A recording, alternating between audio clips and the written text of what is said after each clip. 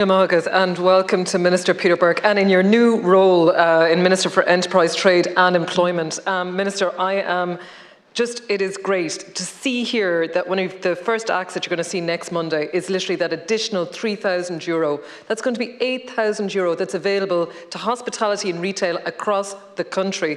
I have spent the last number of months, because I know we've been talking about this in Fine Gael over the last number of months, and I know that it has been something that's been discussed as well through Minister Coveney and his team prior to this, but I have been in touch with businesses across Roscommon and Galway over the last number of months, explaining about the Green for Business, promoting this programme, promoting and telling businesses, particularly cafes, restaurants, hotels, that there was an planned increase coming up to €8,000 for them.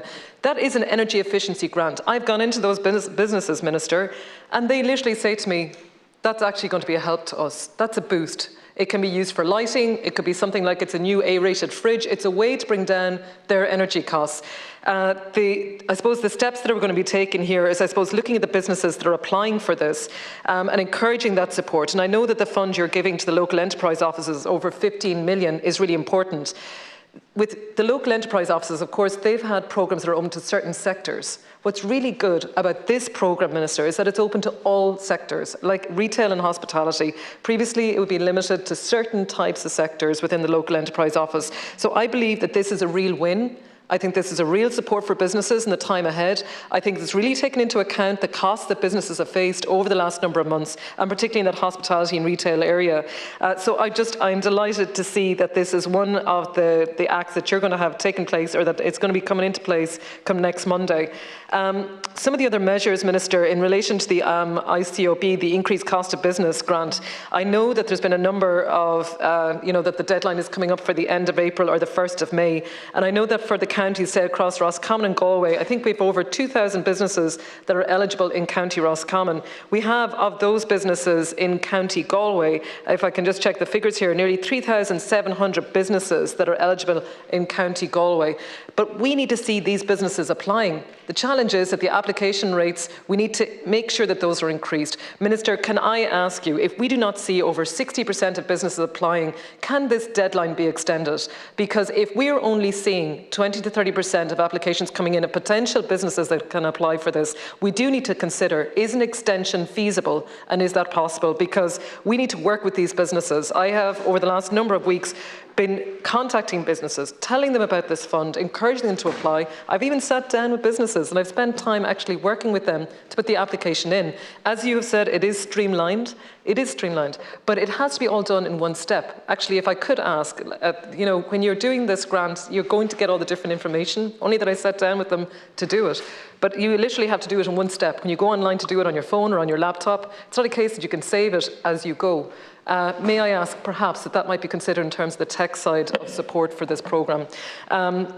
For the other proposal, I suppose, the National Enterprise Hub, I think that's really important. And I think that when you're looking at the LEO, and when we're looking at that part, I know within your portfolio, Minister, it is about expanding how they support. I'd also like to know a little bit about the mentorship programme that the LEO provide. I have spoken about that. I've encouraged businesses to contact them for the mentorship programme. I think there's a lot more that can be done there. The challenge I see in the areas I'm in, and particularly County Roscommon and Ballinasloe, I suppose in particular, the likes of Ballygar, Ballyforan, you're linking in with a lot of businesses, like 1 to 2 men or women enterprises. They're up the walls, they have no time. I go in and I literally sit down with them and I'm like, listen, do you have 5 minutes? Sit down, we'll do it now, we'll do it together. Listen, it's well worth it. But the challenge is they just don't have time. And even getting to talk to a mentor, is it possible that those mentors could be available in the evening time to speak potentially to employers, or to speak to someone to offer that support? Maybe they do that already, I don't know. But it was just something perhaps to consider, that the ones that work 9 to 5 or 9 to 6 or probably never stop working, just find it really hard maybe to fit in getting that extra hour of support around those times.